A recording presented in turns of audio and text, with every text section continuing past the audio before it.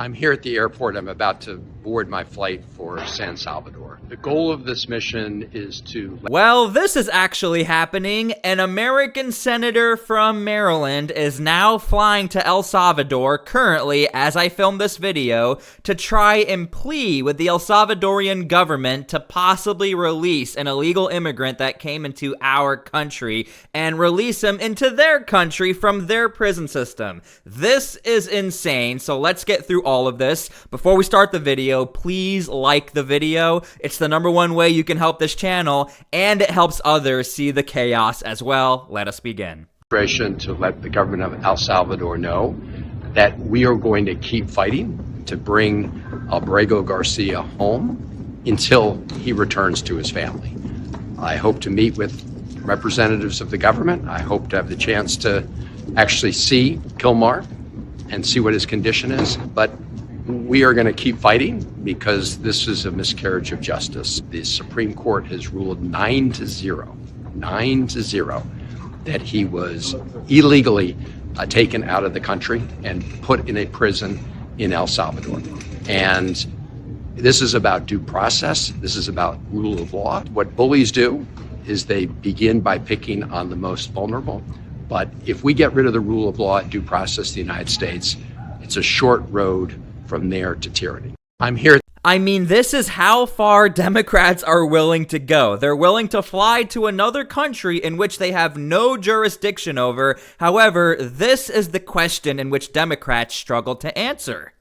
There's due process that exists in this country for everybody. And the fact that this man had received no due process, he was effectively disappeared to a foreign country, a country which he came from, which he was basically got asylum. It's not a foreign country. He lives there. Excuse me, no, he does not live there. He's a citizen of El Salvador. Scott, excuse me, he got asylum in this country. He's a citizen. Scott, does he have asylum? Excuse me, let me finish. No, he doesn't. No, it's not that he. Okay. Sorry, it's not that he got asylum. He got a judge to say that he could not be. Does he have a deportation order? Excuse me, he could not be. Can you let me finish? He could not be. He could not be rendered back to El Salvador because he was at risk of being harmed in El Salvador. That is what a federal judge. That is what a federal judge. By who? No, who was he at risk of? Excuse me. That was what a federal judge said. He could not be deported. He could not be. Who could he be at risk by? I don't know. A rival gang. No. Excuse me, Scott. Excuse me. Stop. Do you really believe that this guy's an MS-13 member? Because I got two heads of state telling me that they believe it. Oh, okay. Your heads of state. Okay. Barack Obama said that. So as you can see, we have two massive dilemmas right here for Democrats. Dilemma #1 is that you have Democrats standing up for somebody who's not a legal American citizen.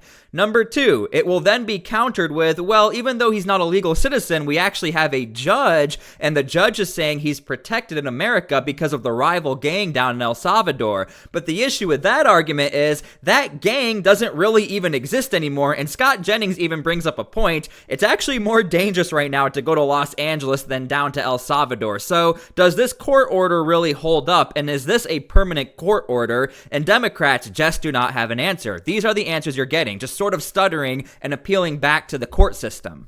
At least let us start at a foundation. The guy came into the country in 2011 illegally. That's a federal offense, violation of Title VIII. Ellie, correct me if I'm wrong. A judge did say a couple years later, I believe 2019, that you can be deported. Now, not to El Salvador, but you indeed can be deported somewhere else. And so I'm not opposed to bring him back, but he has to go somewhere else. This notion that people are entitled to break the law, stay in our country with no recourse doesn't make any sense to me. There are very few countries, there are very few countries in the globe, literally, I looked this up, very few numerically speaking, countries that will allow you to violate their immigration laws and say, oh, well, I'm going to stay because of whatever reason, and then they don't have a recourse to remove you. That just doesn't make any logical sense to most people out there. This is a big red herring, right? Because you guys, no, it is. Because you guys keep talking about the fact that he could be deported somewhere.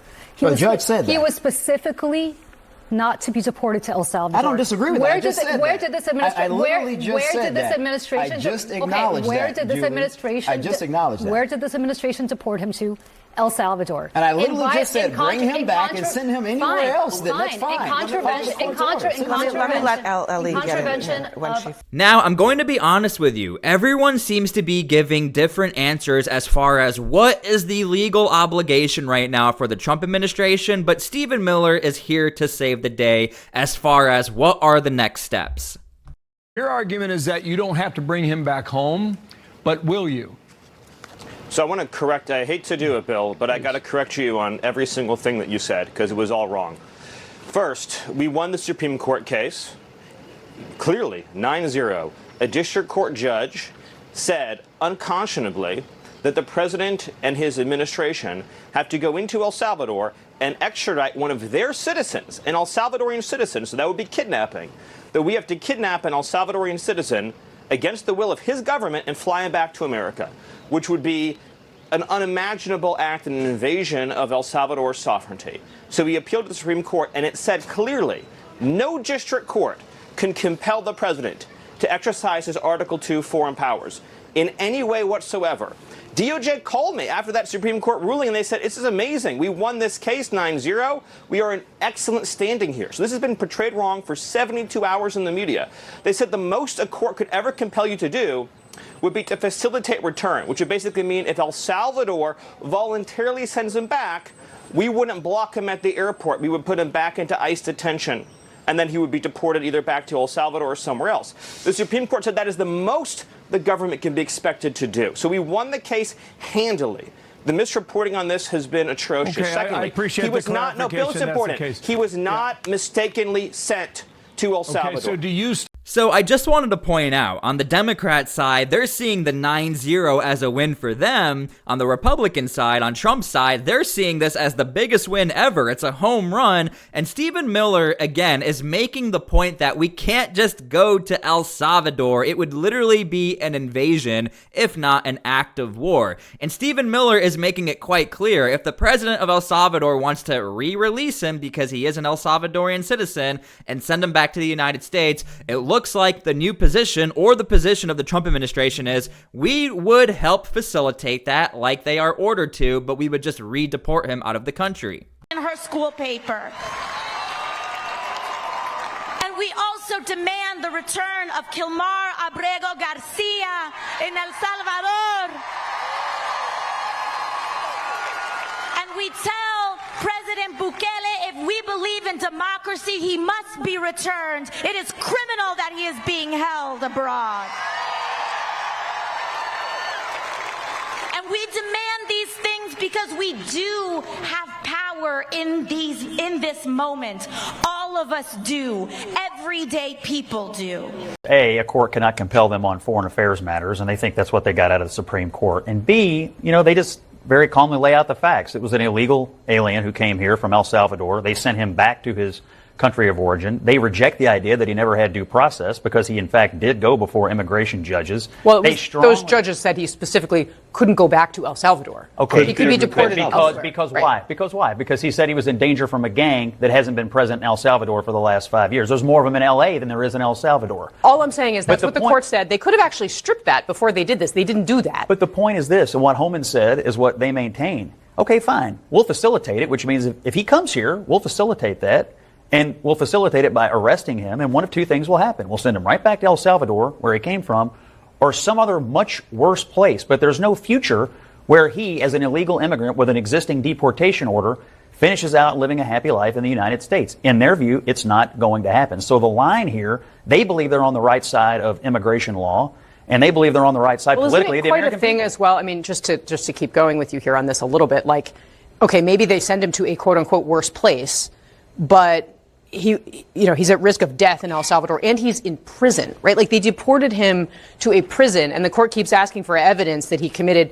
Perhaps he is a member of MS-13, but the government hasn't been able to show that yet, right? Every time the judge has asked for evidence, no one has been able to actually provide it. It's just kind of a lot of, So, again, when you take this to its logical conclusion, when the president is now saying, well, homegrown criminals, this idea that you're going to take people and just send them to a prison overseas? Well, what he said yesterday was, we're looking into the legality of it. He said, we're looking into the laws. Pam Bondi's looking into it. So it was a non-definitive statement. But the point they're making, the political point they're making, is quite clear.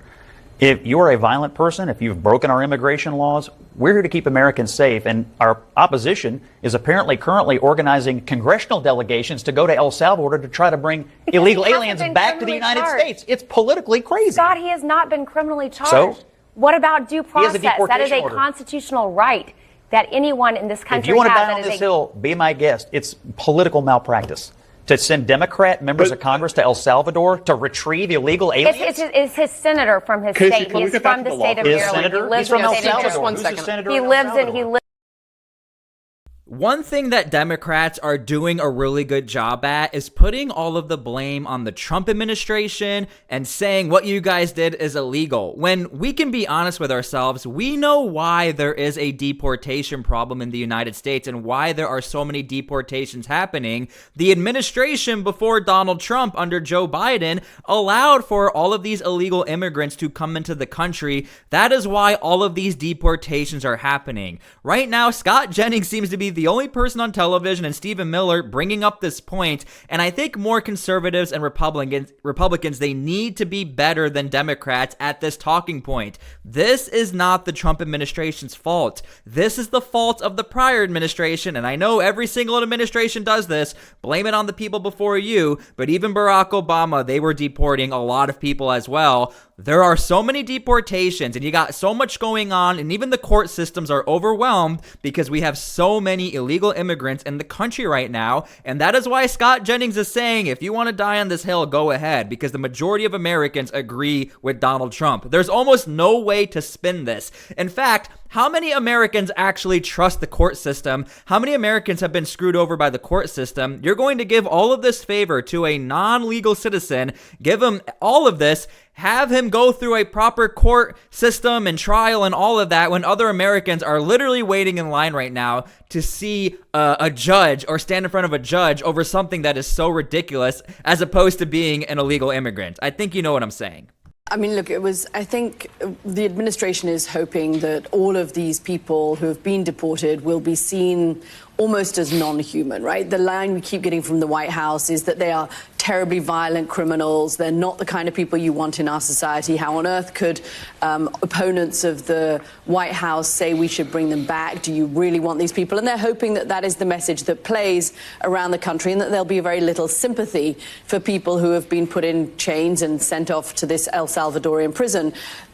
Hearing from Abrego Garcia's wife yesterday with her story of their children and leading Easter prayers instantly rejects some of the White House narrative about who these people are, and what you're starting to see around the country with the town halls that are playing out in Chuck Grassley's district, for example, suggests that the White House's message is not the only message that the American public is hearing. I thought one of the things that was particularly interesting yesterday, concerning yesterday, was the post from J.D. Vance, the vice president, when he questioned the very notion of whether people who are in the country illegally had right to due process anyway. He seemed to say that that was a question of whether there was resources or public interest or the status of the accused or even the proposed punishment that these people would get. And I think that's really, I mean, I thought it was telling that it came from J.D. Vance, but that's really what the administration would like. All right, so ultimately speaking, this is going to be up to you guys. This is not me pushing the narrative. This is the story. There is a split here.